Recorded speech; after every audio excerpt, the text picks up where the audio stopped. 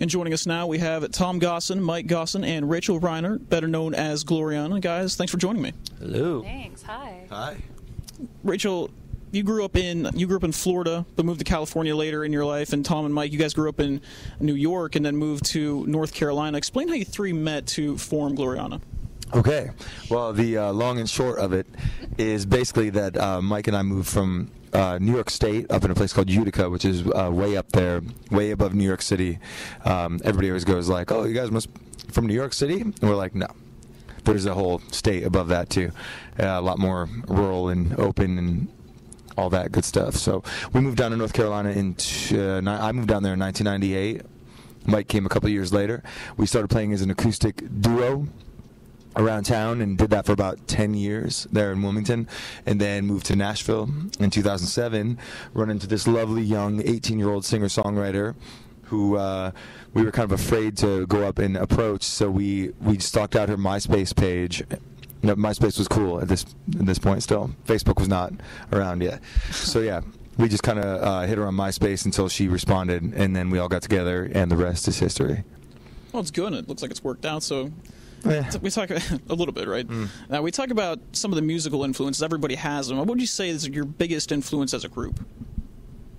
Well, I think we have a whole variety of them because we all just grew up on all kinds of music, but the ones that we definitely had in common were, we love the Eagles and we love Fleetwood Mac. We love those, kind of 70s harmonies type of groups, but... for me personally, I grew up loving Sheryl Crow and Shania Twain and Patsy Cline, and for the guys, I like Waylon Jennings. Mike likes you. Thanks, buddy. Brotherly love. Tom Petty, Nitty Gritty Dirt Band. Oh yeah, the band. Leave on Helm. Yeah. A lot of good different stuff too, not just country, a little bit of everything. Yeah, I think that's kind of how we always grew up, and then and our dad too was into like Grand Funk Railroad and sort of like the Allman Brothers, like the Southern rock stuff. So I think a lot of that gets incorporated into our music as well. We take a look. Really, your first single, "Wild at Heart," was certified gold. Explain that moment. I mean, was that sort of one of those, finally we made it, we're on the charts? Explain that moment when you found out it was gold. It was cool, man. I mean, really cool to get those accolades. We got gold certification for Wild at Heart, and we just most recently got it for Kiss You Goodnight off our new album. I think maybe this time around with the new album was a little sweeter because with the new album we wrote the whole record. So it's really like our baby, But no, that always feels really great to know people are connecting, and when you sell that many copies of a song, it means you must be doing something right, I guess. So we still all kind of can't believe it. Well, not only that, I just feel like for us, at this point, kind of going through the motions of everything, like when everything happened with Wild at Heart, we were just so green and so new. We didn't really totally understand what was going on, and then to kind of go through some ups and some downs, I think really made us appreciate everything that much more, and after what we went through, some changes in the band last year and all that, kind of bouncing back from all that, it made it that much more sweeter, like Tom would say. And we love gold. Who doesn't, right? You talk about 1,000 Miles Left Behind, of course, your current album, your second album as a group, and you had a hand in co-writing every song. At least one of you was on every track. Yeah. Do you think it's important for artists to really have a hand in writing their own music? Because that makes sort of an authenticity in the Absolutely. In the music? Nashville is a place where there's a lot of songwriters. There's people that just write songs for their career, and a lot of the entertainers that we all know and love in country music sing, other people's songs, as we did starting out. But as we learned with this album, we've always been songwriters, the three of us. And I think we've just gotten to a place in our songwriting where this year we could top the people that were pitching us songs, so our producer kind of said like, oh, I'd rather use your own stuff.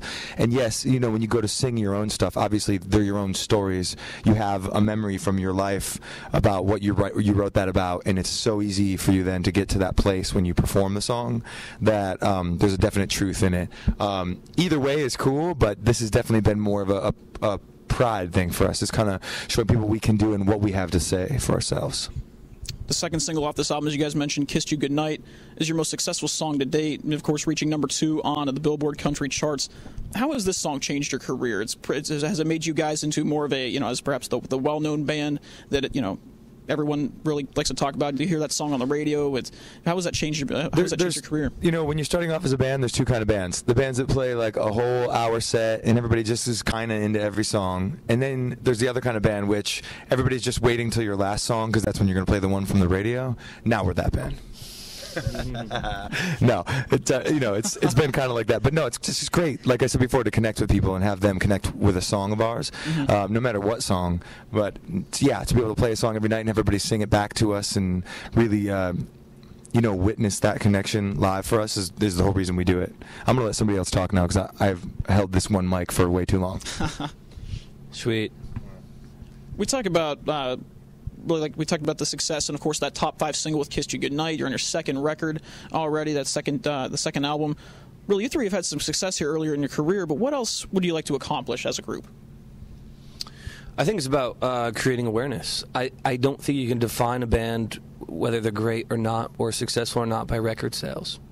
I think we find success in being approved by the rooms that we played for. When we can win a room over of 1,000 or 2,000 people, they don't know our songs, but by the end of the night, they're on their feet clapping for us. That's success for me.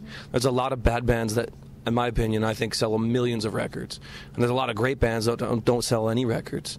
So I think it's really, for me, and I don't know about the guys, Tom and Rach also, but they're giving me the thumbs up, so yes, I guess the same for them.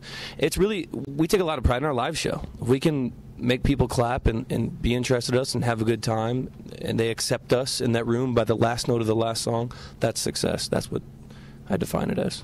I like that. Yeah, I think for me it goes hand in hand with, just us being able to do what we love for a living. That to me is how I define success, is that as long as we get to keep doing this every single day, then I consider us successful. So, obviously that we have goals and we have things that we'd love to do and venues that we'd love to sell out and records that we would love to sell, but to us it's about living in the moment and what we have today. And so at this point, I've got a chain of diamonds that is in the shape of a G on the bottom. I'll know we've made it when I can finish writing Gloriana in diamonds. That would be very good. That's an L, an O, an R, an I, A, N, A, all in diamonds. I got a ways to go. Yeah. Some shows to play and some records to sell. Yes, sir. Like. Well, Gloriana guys, Tom Gosson, Mike Gosson, Rachel Reiner, thank you so much for taking time to spend here on WCUC. Thanks, brother.